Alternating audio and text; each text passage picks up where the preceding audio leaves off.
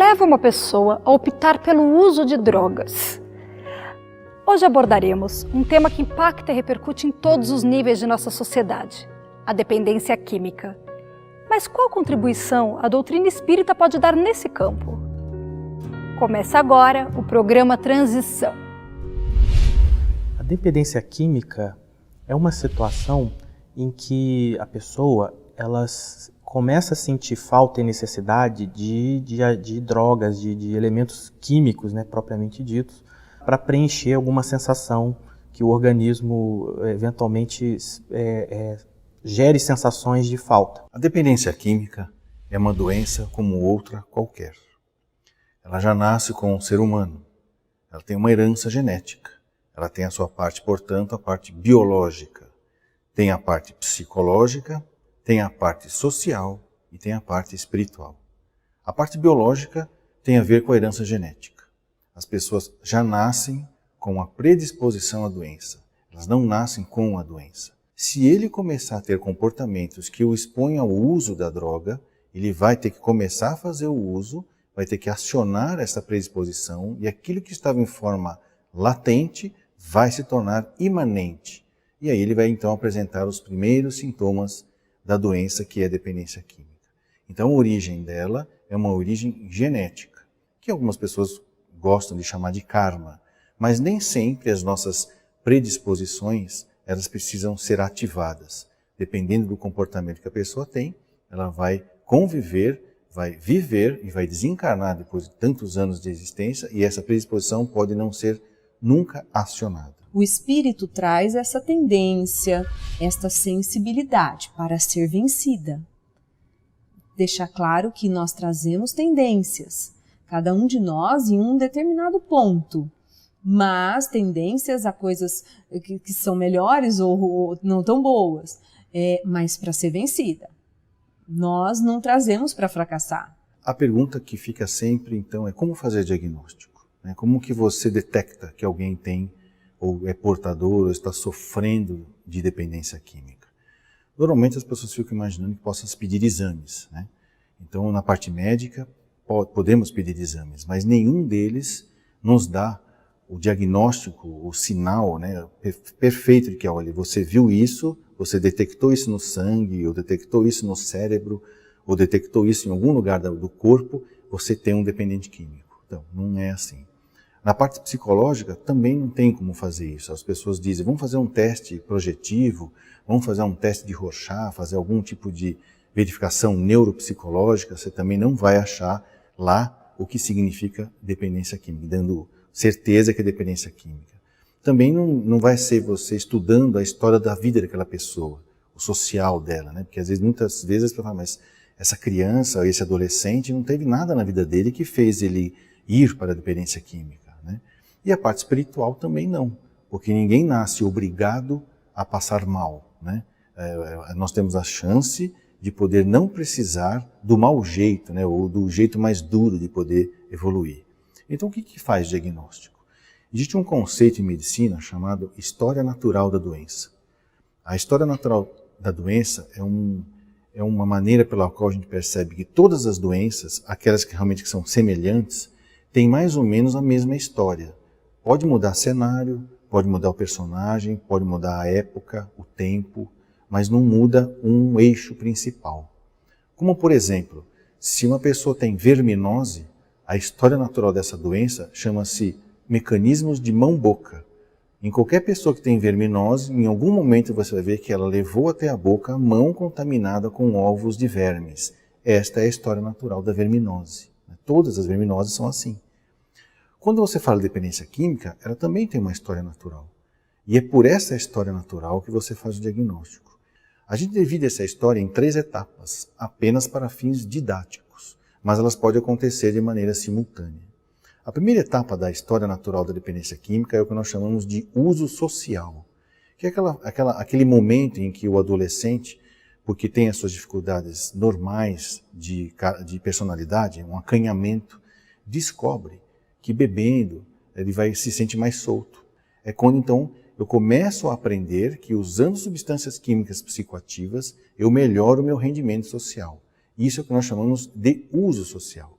Aqui já podem acontecer alguns problemas, mas o pior deles é o quê? Uma ressaca, né? Nós precisamos tomar cuidado exatamente pelo incentivo que as chamadas drogas lícitas oferecem. Porque se a gente usa esse termo de que são lícitas, significa de que elas são, que o uso é concedido, é mesmo estimulado por forte propaganda, né? O álcool, por exemplo, tem tornado infeliz uma classe muito grande de pessoas, principalmente os jovens, adolescentes, crianças, que são induzidas pela força da propaganda ao uso de uma droga chamada álcool. Do tabaco a mesma coisa. Nós não temos, do ponto de vista social, ainda um desenvolvimento de um processo educativo para mostrar o contrário, que não compensa usar as drogas, o que compensa é não usá-las, é viver saudavelmente de outra forma, né? O que acontece hoje em dia é que os adolescentes não estão usando só álcool, estão usando outras drogas, e drogas pesadas inclusive, para se sentirem mais bem nesses ambientes, que pode se tornar uma rave, né, uma balada ou coisa parecida. Como a sensação inicial pode se lhe afigurar como sendo uma coisa boa, ele pode buscar na substância química aquilo que ele não encontra em si mesmo, na alma, a força necessária para reagir. Mas é uma saída falsa e mais tarde ele constatará isto se não reagir em tempo, evitando a dependência. A segunda etapa da história natural da dependência química é a manifestação da dependência. Aí é que nós vamos ver que aquele que começou usando, né, que no máximo pode acontecer com ele, ele como sinal de predisposição, quando ele começa a usar, é que o efeito nele não é só desinibidor, ele fica muito eufórico. Mas quando ele entra na segunda fase, ele já começa a dar um outro sinal de que ele está desenvolvendo a doença. Ou seja, é a necessidade de doses cada vez maiores ou de misturar drogas para ter o mesmo efeito. É o que nós chamamos de tolerância ao químico. Por causa da maior quantidade de drogas e misturar drogas, ele começa a ter os seus primeiros sintomas de lesão cerebral, que é conhecido como apagamento, ou os blackouts. É quando bebe, cheira, fuma, tudo que tem direito numa festinha, apaga, e às vezes só vai acordar ou no hospital, ou 3 dias depois em casa, e não lembra o que aconteceu. Isso já significa que tem lesões cerebrais. O dependente químico, álcool, drogas, né? Qualquer dependência, até do fumo, mexe com o comportamento da pessoa. Ela deixa de agir com magia. E isso chama atenção, né? Então a gente observa aquela aí e acaba, quem está mais perto da pessoa, acaba localizando a origem disso. Se é droga, se é álcool. E o álcool tem até o cheiro do álcool. Mas mesmo para um não especialista, ou sem um exame de sangue, por exemplo, a dependência, ela muda a pessoa. Muda para pior, né? Então a gente observando, percebe que ela está envolvida com esses problemas. Essa fase é uma fase em que todo mundo percebe que houve uma grande modificação no comportamento e todo mundo aborda esse dependente químico. E aí o que acaba acontecendo? Ele reage de maneira muito violenta. Por isso que na primeira fase, quando ele usa e fica muito alegre, nós chamamos que é a fase do macaco. É o que alegra a festa. Depois é a fase do leão, que é quando mais tem briga em casa, filhos que agridem pais, esposas que são agredidas pelos maridos alcoólicos, porque as pessoas amam os seus filhos, seus maridos, suas esposas e querem ajudá-los, só que eles reagem já de maneira muito agressiva em função da lesão cerebral. E a terceira etapa é a etapa da manifestação da dependência química propriamente dita. Precisa manter uma certa quantidade de droga no sangue, senão começa a passar mal. Ou por abstinência, como é os alcoólicos, ou por fissura, como o pessoal que usa drogas que excitam o cérebro. Aí, se você não trata, as lesões vão aumentando, virando quadros psiquiátricos, psicoses por álcool e drogas, a ponto então que começa a vir a derrocada social, ou seja, já não consegue mais manter padrão de vida com qualidade, no trabalho, na escola e mesmo na família. Nessa fase, que é a fase da manifestação de dependência química, é a fase do porco. Esta é a história natural da doença em que qualquer um pode fazer diagnóstico. Então, 3 fases. A fase do macaco, a fase do leão e a fase do puro. Hoje a dependência química existe, mas no passado o ópio já existe há muito tempo, os alucinógenos existem há muito tempo. Não é uma coisa de agora, uma coisa que foi desenvolvida e que é nova. Isso já existe. Então, muitas pessoas trazem como desafio, né, olhar para essa questão e transcender essa questão. Então não adianta também lutar e se recriminar aqueles que já utilizaram ou que estão na dependência, mas sim a compreensão, a consciência da causa, a consciência do porquê que aparece no sistema familiar essa questão para possíveis caminhos de equilíbrio novamente, né? Porque há um desequilíbrio no sistema. Uma pessoa que bebe, não bebe sozinha. Uma pessoa que cheira cocaína não cheira sozinha, uma pessoa que fuma maconha não fuma sozinha. Aliás, nós nunca estamos sozinhos. Nós estamos sempre acompanhados por aquele grupo espiritual que tem a ver conosco. O grupo espiritual do dependente químico é um grupo espiritual que utiliza as substâncias, que inala a fumaça, que absorve o teor do álcool, e eles não se apresentam em pequeno número, eles se apresentam em grande número.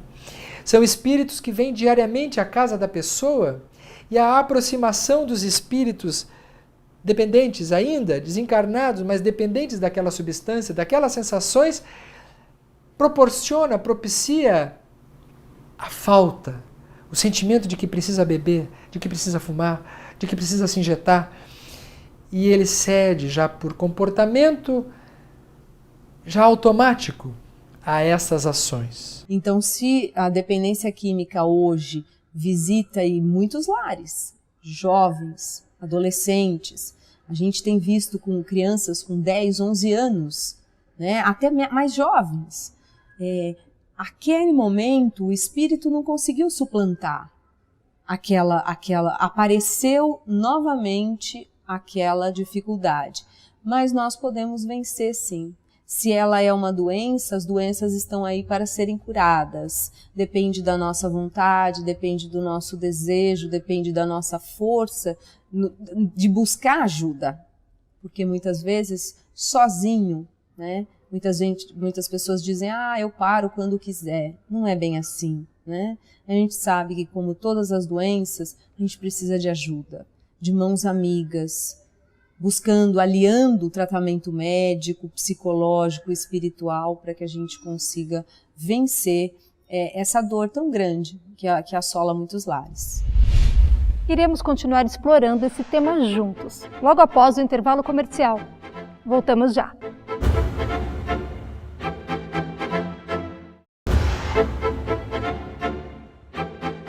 Vimos que muito antes de ser dependente químico, quem usa drogas é dependente emocional. Como podemos aprender a controlar nossas emoções? A vida na Terra, ou seja, a encarnação do Espírito, ela é uma das grandes ferramentas para o nosso aprendizado, para o nosso progresso. Agora, da mesma forma que há crianças que vão à escola e se sentem incomodadas, se sentem tristes, não queriam estar na escola naquele momento e o fazem assim por não compreenderem para que serve realmente uma escola, há pessoas que se sentem de uma forma semelhante no dia a dia. Buscam alguma coisa para suprir uma aparente tristeza, para suprir deficiências que ela possui, lacunas que ela possui na vida. Que todo e qualquer vício, e a dependência química é um vício, ela precisa ser vista no seguinte sentido: o que ele busca? Né? A própria palavra em alemão, vício, a pessoa vai buscar algo, ela sai em busca de algo. Diferente do hábito. O hábito é algo que a pessoa tem dentro dela. Olha que interessante. E o que tem a ver dependência química com dependência emocional? Normalmente, quando nós vivemos situações de muito conflito, principalmente situações de abuso e sensações de abandono, nós começamos a desenvolver alguns comportamentos que nós chamamos de dependência emocional. Vou dar um exemplo muito simples, porque muitas vezes a gente fala a palavra abuso e as pessoas já vão pensando coisas mais catastróficas, né? E não é bem assim. Às vezes o abuso ocorre de uma maneira muito sutil. Vamos dar um exemplo de uma mãe que precisa sair para trabalhar porque é viúva, né?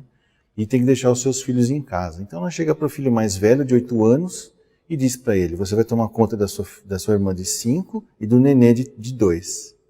E aí o que acontece? Essa criança com 8 anos, ela se sente já um adulto. Então ela vai deixar de brincar para virar um adulto. Isso é um abuso emocional, que a mãe cometeu, mas não cometeu por maldade. Com o passar do tempo, aquela criança se torna um adulto antes do tempo e ainda por cima não conta, vamos dizer assim, com proteção de pai ou a proteção da mãe, se sentindo abandonado em algumas situações pela própria realidade dos fatos. Quando essa criança cresce, ela vai ter desenvolvido uma sensação muito grande de que ela não conta com nada nem com ninguém. E aí então ela começa a trabalhar certas emoções que são normais do ser humano de uma maneira não muito adequada. Entre essas emoções, a raiva, a culpa, o medo e a necessidade do poder ou do controle. De maneira que quando ela começa a fazer isso, ela vai se desgastando porque ela nunca encontra um lugar seguro para ela. Com isso, ela entra num processo muito fácil de sofrer novos abusos e novos abandonos, até que chega um momento em que, dentro de um sofrimento enorme, ela vai buscando momentos de alívio. E algumas dessas buscam alívio em substâncias químicas psicoativas, como o álcool, as drogas e os calmantes. Ou buscam alívio em comportamentos compulsivos, como sexo, como trabalhar compulsivamente, comer compulsivamente e assim algumas coisas que lhe dão a sensação de prazer que na realidade é uma compensação das dores. O dependente químico ele não consegue conter as angústias, ele precisa de uma substância para resolver o seu problema. E nesse ato, nesse impulso, ele utiliza uma substância para gerando uma sensação de prazer na área de recompensa cerebral, no circuito de recompensa cerebral, ele ter a sensação de gratificação. A dependência emocional, portanto, é um pano de fundo de todo dependente químico, né? Porque ele transfere essa dependência para a droga, mas ele depende emocionalmente também de coisas, de pessoas e de lugares. A dependência que nós sentimos pelas pessoas ou por algo sempre é algo que a gente se sente fragilizado e nós não conseguimos ver em nós a possibilidade de vencer um obstáculo, por exemplo. Muitas pessoas se ligam a outras de forma até doentias, uma dependência que vai até tolher o seu livre-arbítrio. Você não faz nada se aquela outra pessoa não estiver vinculado a você, ou se ela não te ajudar, ou se ela não estiver presente, enfim. Emocionalmente a gente fica envolvido e não consegue perceber que nós somos seres criados por Deus, né? Nós somos a sua manifestação. Em cada um de nós está todas as possibilidades de vencer qualquer obstáculo que se apresente. Nesse sentido, então, nós entramos na parte psicológica da doença, da dependência química, que por causa dessa dependência emocional, todos os mecanismos de defesa egóica, psicologicamente falando, são usados para negar a doença. E isso não é feito de maneira ativa e consciente. O que significa isso? O dependente químico, ele não percebe que é doente por mecanismos inconscientes do seu aparelho psíquico. É diferente da mentira. Por isso que o dependente químico acha, ou as pessoas acham que o dependente químico está sempre mentindo, mas ele não está. Ele realmente não percebe o que está acontecendo, porque a negação dele é muito grande e tudo isso é um processo inconsciente. Aí vem uma pergunta. É contagioso, então, se eu conviver com dependente químico, eu pego dependência emocional e pego dependência química? Não. Isso não é uma doença viral, bacteriana ou fúngica, né? Você não transmite, você não pega dependência química porque tomou num copinho, num bar, um cafezinho, no mesmo copo em que um dependente químico do álcool bebeu a sua cachaça. Não pega. Tá? Porém, a convivência com dependentes químicos pode levar familiares, amigos e colegas de trabalho a um comportamento que nós chamamos de codependência, que é uma dependência emocional do comportamento do dependente químico. Na tentativa de controlar aquele comportamento compulsivo por uso de drogas do dependente, aqueles que convivem desenvolvem um comportamento de dependência emocional. O dependente químico, em muitas famílias, ele vira o fiel depositário ou o bode expiatório. tudo recai em cima dele. Porque ele é dependente químico. Então as pessoas colocam e depositam nele suas dificuldades, suas carências. Então quando aparece a dependência química numa família, numa visão sistêmica, precisa se olhar todo o sistema. Na analogia de um piloto e o copiloto. Se o piloto leva o avião até o solo, o copiloto acaba indo junto se ele não souber lidar com essa situação, se ele estiver totalmente rendido ou submetido a esse comportamento do dependente químico. Continuamos o nosso tema de hoje logo após o intervalo. Não saia daí!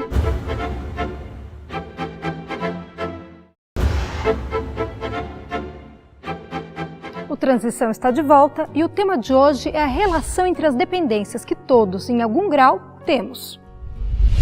Como que eu lido com o dependente químico? Se ele não aceita que é doente, se ele tem a mente fechada, se ele nega, se ele está agressivo. Dependendo da fase em que você pega, ainda dá para abordá-lo de uma maneira em que você o conscientiza de que ele é portador de uma doença ou que está começando a manifestar uma doença e ele pode interromper a instalação dela buscando um tratamento adequado. Porém, quando ele já está nessa fase de agressão ou quando ele já está totalmente dominado, dependente quimicamente, mas não é só uma dependência psicológica, é uma dependência física, muitas vezes nós vamos ter que fazer uma abordagem um pouco mais incisiva, um pouco mais enérgica. Por isso que andaram surgindo, vamos dizer assim, metodologias de tratamento para o dependente químico, principalmente quando ele já está totalmente dominado e naquela vala, né, social em que ele já não toma banho, já não come, vive pelas ruas, vende as coisas, pode até ter caído na criminalidade, né, de roubar, né, de se prostituir, que essa é a perda espiritual da dependência química, é a perda dos valores éticos e morais mais nobres da vida. Muitas vezes nessa etapa, o dependente químico está em risco de vida e pode colocar em risco de vida as pessoas que estão à sua volta, por exemplo, filhos pequenos ou mães idosas que tomam conta desse dependente químico. Quando isso ocorre, existe então o que nós chamamos de internação involuntária.